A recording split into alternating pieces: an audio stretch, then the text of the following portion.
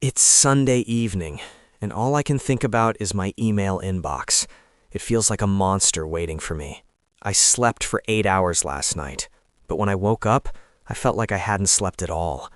I'm just tired. Deeply tired. I used to love my job. I used to feel excited about projects.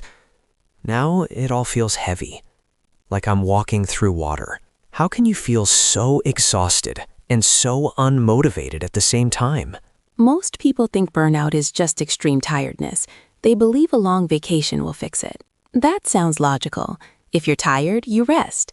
But many people take a week off, feel better for 2 days, and by Wednesday of their first week back, the heaviness returns. The real problem isn't your workload. It's not about the number of hours you work. It's about a quiet, continuous drain on your internal resources, a slow leak you stop noticing until the tank is empty. A slow leak. Yes, that feels right. It's not one big thing. It's 1,000 small things. So if a vacation isn't the answer, what is? We have to change the question. The question isn't, how do I rest more? The question is, where is my energy going and where is it coming from? I don't know. It feels like it's only going out. Nothing is coming back in. Let's start there. Many people believe burnout is a sign of failure, a sign they can't handle their job. They believe this because we connect success with effort. We think pushing harder is always the solution. So when we feel exhausted, we think we just need to push even harder to get through it. But this belief quietly fails us.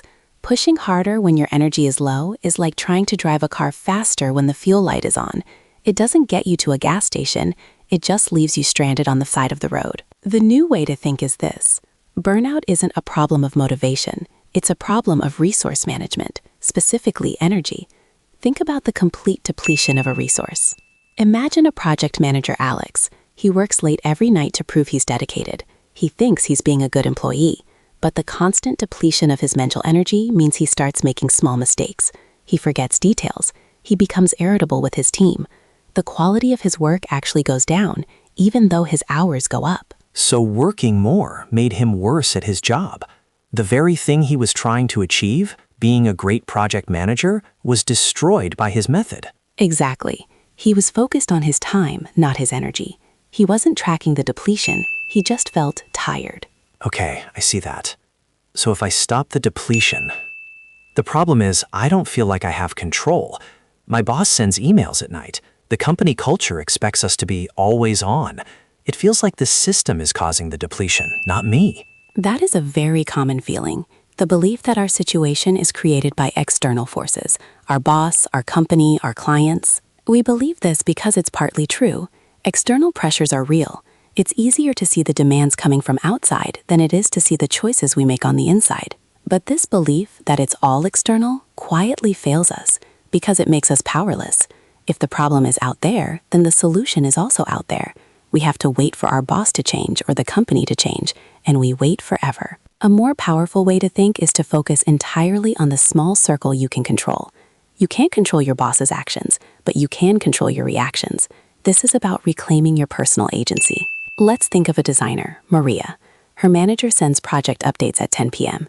For months, Maria felt she had to reply immediately. She was stressed and her sleep was poor. She felt powerless. Then she exercised her agency. She didn't complain. She didn't have a big confrontation. She just decided her work phone would be turned off at 7 p.m. The first few nights, she was anxious. What if there was an emergency? But there was no emergency. The next morning, she would see the 10 p.m. email and respond to it at 9 a.m. Her boss didn't even notice. She didn't change her boss. She changed her own system. She reclaimed a small piece of her evening, and that small change stopped a significant energy leak. She didn't ask for permission. She just did it. That feels risky, but I see the point. Her anxiety was about a potential problem, not a real one. Often, yes. We build systems around what might happen, not what is actually happening. This makes sense, but it still feels like a small fix for a big problem. Okay, I stopped the energy depletion. I use my agency to control my evenings. But I still don't enjoy the work itself. The motivation is gone. Many people say, if you feel burnout, you should find a job you're passionate about. That is perhaps the most common belief of all. Find your passion and you will never work a day in your life. People believe this because it's a beautiful story. It promises a perfect solution, A new job, a new city, a new life where work feels effortless and exciting every single day. But it's a dangerous belief. A person who is burned out in one job often carries the same habits to the next one. They don't manage their energy, they don't set boundaries, and within a year, the passion is gone and the same familiar exhaustion returns. The problem wasn't the job, it was their approach to it. A better way is to start by finding small pockets of meaning in your current role. Instead of looking for a job that you love, look for moments in your day that give you energy back. Find the tasks that resonate with you. Think of an accountant, David. He felt his work was repetitive and boring. He dreamed of being a writer, but he couldn't just quit his job. So he started looking for what gave him energy. He realized he enjoyed helping junior colleagues understand complex financial reports. That teaching moment was the best part of his week. So he decided to do more of it.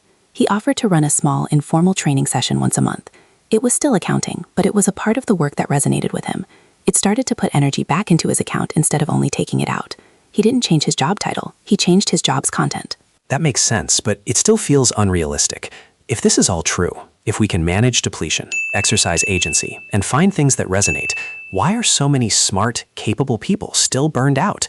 People who know all of this. They read the books, they listen to the podcasts, but they are still stuck. Because knowing is not the same as doing, and the actions required feel unnatural at first. Our professional culture often rewards the opposite behaviors. It rewards the person who answers emails at midnight. It rewards the person who takes on every project. To act on these ideas, you have to be willing to feel uncomfortable. You have to be willing to disappoint someone, and that is a very difficult thing to do. Setting a clear boundary is a perfect example. We think of a boundary as a wall, something aggressive, but it's not. A boundary is not about shutting people out. It's about protecting the energy inside. It's a gentle agreement you make with yourself first and then communicate to others. A gentle agreement with myself. I like that. So Maria turning off her phone at 7 p.m. wasn't a protest against her boss. It was an agreement with herself to protect her peace. Precisely. And that single act connects all the ideas we've discussed. Her personal agency allowed her to set a boundary. That boundary stopped the constant energy depletion. Stopping the depletion gave her enough mental space to rediscover the parts of her design work that truly resonate with her. So it's a system. One idea enables the next one. It is a system, and the goal of that system is to create a work life that is effective but also long-lasting, one that you can maintain without burning out. In other words, a professional life that is sustainable. A sustainable career isn't about finding an easy job. It's about building the skills to manage your energy in any job. It's about creating a rhythm of work and recovery, not just for a week-long vacation, but for every single day. So when I feel that depletion starting, that feeling of being completely drained, I should see it as a signal, a warning light. Yes, a signal to check your boundaries. Are they clear? Are you protecting your energy? And instead of feeling powerless because of my boss or my company, I need to focus on my own agency. What is the one small thing I can control right now? That is the question. It brings the power back to you. It might be deciding not to check emails after dinner, or blocking 30 minutes on your calendar for focused work with no interruptions. Small acts of agency create space. And in that space, I can look for the work that gives something back. The parts that resonate, even if they are small. Like David, the accountant, who found energy in teaching. Exactly. You stop searching for a perfect job and start building a more sustainable one right where you are. You begin to balance the energy equation. The energy equation, not the time equation. It's a different way to measure the day. A fundamentally different way. You could work a 12-hour day on a project that truly excites you and end the day feeling energized. And you could work a 4-hour day on tasks that feel meaningless and end the day feeling completely drained. The number of hours is not the most important factor. The flow of energy is. I always thought the goal was to achieve an empty inbox, to get everything done. But maybe the goal is to end the day with some energy left for myself. What would that feel like? It would feel successful, in a way that finishing all my tasks never really does. It would feel like I was winning at the right game. And that feeling is the opposite of burnout. It's a feeling of having enough. So it's not about escaping my job. It's about changing how I exist inside of it.